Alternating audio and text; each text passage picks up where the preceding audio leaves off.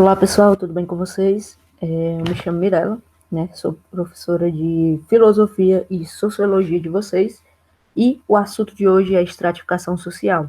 Bom, a gente vai tentar fazer uma aulazinha breve, né? De resolver umas questõezinhas aqui com vocês e vamos lá. Bom, eu trouxe aqui uma questão da Universidade Estadual de Londrina, né? E vamos lá tentar resolver, né? Condardo, né, Caligars, publicou um artigo em que aborda a prática social brasileira de denominar como doutores os indivíduos pertencentes a algumas profissões, dentre elas médicos, engenheiros e advogados. Mesmo na ausência da titulação acadêmica, segundo o autor, estes mesmos profissionais não se apresentam como doutores no encontro com seus pares, mas apenas diante de indivíduos de segmentos sociais considerados subalternos, o que indica uma tentativa de intimidação social, servindo para estabelecer uma distância social, lembrando a sociedade de castas. A questão levantada por Condardo aborda aspectos relacionados à estratificação social, estudada, entre outros, pelo sociólogo alemão Max Weber. Bom, o enunciado pede, né? De acordo com as ideias weberianas sobre o tema, é correto afirmar que, vamos lá, vamos tentar primeiro, né? Antes da gente voltar para a questão. Não, vamos ver aqui os itens, né? Vamos guardar aqui os itens.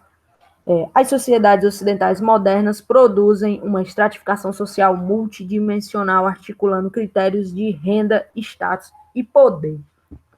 Item B. Médicos, engenheiros e advogados são designados de doutores porque suas profissões beneficiam mais a sociedade que as demais. Será que isso acontece mesmo? Enfim, C. A titulação acadêmica objetiva a intimidação social e a demarcação de hierarquia que cumpre uma sociedade de castas. D. Item D. A intimidação social perante os subalternos expressa a materialização das castas nas sociedades modernas ocidentais. Será? Item E. Nas sociedades modernas ocidentais, a diversidade das origens, das funções sociais e as condições econômicas são critérios anacrônicos da estratificação social. Bom, gente, como se trata, né, de um conceito trabalhado principalmente por Max Weber, vamos, né, tentar entender, né, a partir de alguns conceitos e ideias que nos levam a compreender, né, essa, digamos assim, teoria. Vamos lá. Bom, né, basicamente a estratificação social, né, é algo semelhante a essa questão, né, a classes sociais, é semelhante. Mas, basicamente, acho que a pirâmide, né, expressa um pouquinho, né, como o que seria essa estratificação, né, exemplifica, né, na verdade, de uma forma didática, o que seria essa estratificação social. Basicamente, realmente, algumas pessoas têm mais acesso a direito, né, por exemplo, quem está no topo tem acesso mais a algumas oportunidades, direito, economicamente está bem, etc e tal, enquanto a classe, né, mais baixa, né, é as que têm menos acesso, né, a oportunidades, né, oportunidades em geral, né. Bom, né, para Weber, né, essa questão da desigualdade social, né, está relacionada a as questões de poder, a uma relação de poder. Há indivíduos que exercem, né, acabam exercendo poder, né, por ocupar uma posição privilegiada, né, exercendo poder sobre outros, né. E cada grupo, né, ou indivíduo, ele dispõe, né, como eu já comentei, de quantidades, né, consideráveis, né, de oportunidades, tanto econômica como política, como poder político, né, inclusive. E as esferas, né, cada uma dessas esferas se constitui por relação, né, de poder distintas, e elas podem, né, se vincular entre si ou não, que são basicamente três conceitos importantes para entender isso, essa estratificação social, é a classe, o status e o partido. Basicamente, a classe está relacionada a questões econômicas, né? A condição econômica do indivíduo ou do grupo, né, de indivíduos. E o status, né? O status, né? Tem mais relação com a sua posição, com o seu estilo de vida, com a sua instrução, né? E o partido, né? Basicamente, ele está relacionado ao poder. Lembrando que esse partido, né, não necessariamente vai ter relação com um partido político, apesar de essa questão de poder, né, a gente vai ter como exemplos mais precisos, né, sobre o partido, o próprio governo e o Estado, né, a política em si, né, é onde se tem, né, se tem um grande acesso, né, a poder, inclusive, de decisões, né, e imagine, né, o indivíduo entrecruzar, né, todos esses três estamentos, na verdade, estamentos, né, entrecruzar a classe social, uma classe social privilegiada, obter o status e obter o poder, digamos assim, político, né? Esse indivíduo provavelmente provavelmente não, ele está, né, no topo dessa pirâmide, mas não necessariamente, né, quem tem, digamos assim, pronto, um poder, uma condição econômica boa, né, vai ter necessariamente status, né? Um não necessariamente está conectado ao outro, porém eles podem sim se cruzarem. Por exemplo, um comerciante, né, que ele consegue atingir uma condição financeira muito elevada, né? Ele tem poder aquisitivo, ele tem capital, porém ele não tem um grupo, ele não tem status, ele não tem, né, por exemplo, se ele chegar, ele pode até chegar a frequentar os mesmos espaços de uma pessoa que tem condição econômica e o próprio status. Porém, às vezes esse comerciante vem de uma família de baixa renda. Vindo de uma família de baixa renda, né, os hábitos dele, né, possivelmente são diferentes, né, de algumas pessoas que já ocupam uma posição privilegiada no status, né? Ou seja, né, algumas ações, né, desse comerciante não vai agradar, podem não agradar, né, alguns sujeitos que já ocupam, né, há mais tempo essa posição. Bom, né, aqui eu já trago a resposta, né, da primeira, né, a gente tentou entender basicamente, né, rapidamente, né, esses conceitos, na verdade, que embasam a estratificação social, que nos permite entender, inclusive, esse conceito é importante porque nos permite entender, inclusive, a organização da sociedade, né? Ele não é fiel à realidade, mas é uma ótima teoria, foi e é uma ótima teoria para a gente tentar compreender e explicar minimamente como é que se organiza, né, a sociedade, né, nesses estramentos, nessas divisões, né? Mas, lembrando que não se limita a isso, e a gente vai já ver algumas questões que nos permitirão perceber, né, que não se limita, que essas divisões, né, essa organização da sociedade não se limitam a esses três conceitos, porém, eles são de extrema importância. Bom, a resposta correta da primeira questão lá atrás é o item A, galera.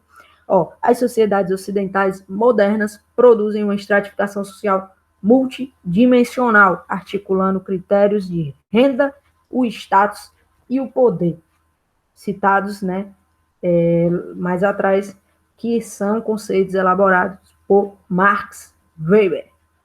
Item B, né, Os médicos, engenheiros e advogados são designados de doutores porque suas profissões beneficiam a sociedade, mais a sociedade que as demais. É óbvio que não, gente. Em primeiro lugar, é que sem os professores, né, o médico, o engenheiro e o advogado não existiriam, né? Ou o que eu estou querendo dizer? Cada profissão tem a sua extrema relevância. Se não existissem as pessoas que limpam as ruas, seria um caos, né? Se naturalmente já, por exemplo, em tempo de chuva, né, já entope os bueiros, né, e fica um caos, a maioria das cidades, né, que o planejamento urbano é basicamente ruim, né? E imagine se não existissem essas pessoas para amenizar esses impactos, né? Enfim, item C, a titulação acadêmica objetiva, a intimidação social e a demarcação de hierarquias que culminam em uma sociedade de castas. Bom, o item a questão, né, o texto da questão até mesmo meio que menciona, né, essa questão da intimidação, né, em relação, porque os doutores, entre aspas, se apresentam apenas para os subalternos, né, que supostamente não tem entendimento, né, supostamente. Enfim, né, apesar disso, não trata-se, né, de uma sociedade de castas, não tem a ver com essa questão de herança, né, herança, digamos assim, de uma família para outra, não, por mais que né, digamos assim, né, uma família de médicos, né, o mais jovem quer seguir, né, a mesma carreira. Mesmo assim, ele não está herdando, né, essa carreira. É só um exemplo básico, né, que não é igual a essa questão da sociedade de castas. Não existe essa hereditariedade de família, né. Enfim, da intimidação social perante os subalternos expressa a materialização das castas. Mais uma vez, né, gente, a gente exclui esse item, né, por causa que entra a questão das castas, né, que não tem a ver, né, com essa discussão. O item é, nas sociedades modernas ocidentais, a diversidade das origens, das funções sociais e das condições econômicas são critérios anacrônicos. Bom, gente, né, isso aqui não, basicamente a estratificação não tem a ver, né, com, não são, né, critérios de, digamos assim, cronológicos, né, e, e não tem a ver com a questão de, sei lá, estar em relação a costumes, né, de uma época, né? Não tem a ver com esse fato, né, que esse anacronismo, essa parte anacrônica, né, não é isso, não seria isso. Então, o item mais adequado é o item A, né, que inclusive cita, ou que inclusive cita, né, os três conceitos de Max Weber. A outra questão é do Enem, 2011. Bom, em uma das reuniões do GPH, Grupo de Pais de Homossexuais, na rua Major Sertório, no centro de São Paulo, mais de 80 jovens ocupam uma sala, sentados em cadeiras, sofás ou em almofadas no chão, conversam e esclarecem dúvidas e falam sobre as dificuldades e prazeres típicos dessa fase da vida. No final, participam de uma confraternização com lanche e música. O que os une nesta tarde de domingo não é política ou religião, mas a orientação sexual. Eles são, né, LGBT, lésbicas, gays, bissexuais, travestis e as travestis e transexuais. Ou querem conhecer pessoas que sejam por conta de dúvidas quanto à própria sexualidade. Bom, né, o que o enunciado nos pede, né? Tendo em conta as formas de incompreensão e intolerância que ainda marcam certas visões sobre o tema da diversidade sexual, o que embasa a criação de movimentos sociais como o grupo de pais de homossexuais e de outros grupos LGBTs com o mesmo perfil, né? Que é aqui o item quer entender, né, qual é a base, né, desse fato ou desse problemática, na verdade, da sociedade, né? E bom, e bom, né? Essa vou tentar aqui, né, trazer alguns pontos, né, que ressaltar a importância, né, dos conceitos, né, do conceito de estratificação social e dos conceitos, né, trazidos por Max Weber. Porém, né, esses conceitos eles nos ajudam sim a compreender a sociedade, são de extrema relevância, porém eles não é fiel, né, ainda à realidade, né? A gente sabe que existe sim a diferença de classe, diferença dos grupos sociais e bom, as questões de gênero, né? As questões, né, mesmo a sociedade realmente é diferente, tanto para homem como para mulher, e também é diferente para as minorias sexuais, né? E, e, é, e o que faz, né, essas pessoas, né, se reunirem, né? Essa busca é também uma busca por autoconhecimento, por se conhecer, por estar próximo, né, de pessoas que os respeitam, né, óbvio, e espaços que eles e elas se sentem bem, se sentem felizes, se sentem bem, né? Mas também, em geral, tem essa questão política, né? A importância política, né, dessa movimentação, da reunião de grupos, né, que visam, né, essa necessidade também, que o entender é o primordial aqui para responder, né? Essa necessidade de superar o medo e a discriminação, porque é algo que faz parte da realidade, né, dessas pessoas, né, dessa minoria sexual, né? E sim, representa sim uma divisão também, né? Como eu falei, outros pontos, algumas outras questões, entre elas não só a questão de gênero, mas racialidades, né, tornam a discussão mais complexa, né, ainda mais complexa ainda, e importante e necessária, né, porque as vivências, né, nos espaços são totalmente diferentes, as vivências sociais são diferentes, né, e vamos lá. A convenção, vamos para o último item, né, a última questão, né, de hoje. A Convenção da ONU sobre Direitos das Pessoas com Deficiência, realizada em 2006, em Nova York, teve como objetivo melhorar a vida da população de 650 milhões de pessoas com deficiência em todo o mundo. Dessa convenção foi elaborado o acordo entre os países das Nações Unidas, um tratado internacional para garantir mais direitos a esse público. Entidades ligadas aos direitos de pessoas com deficiência acreditam que, para o Brasil, a ratificação do tratado pode significar avanços na implementação de leis do país.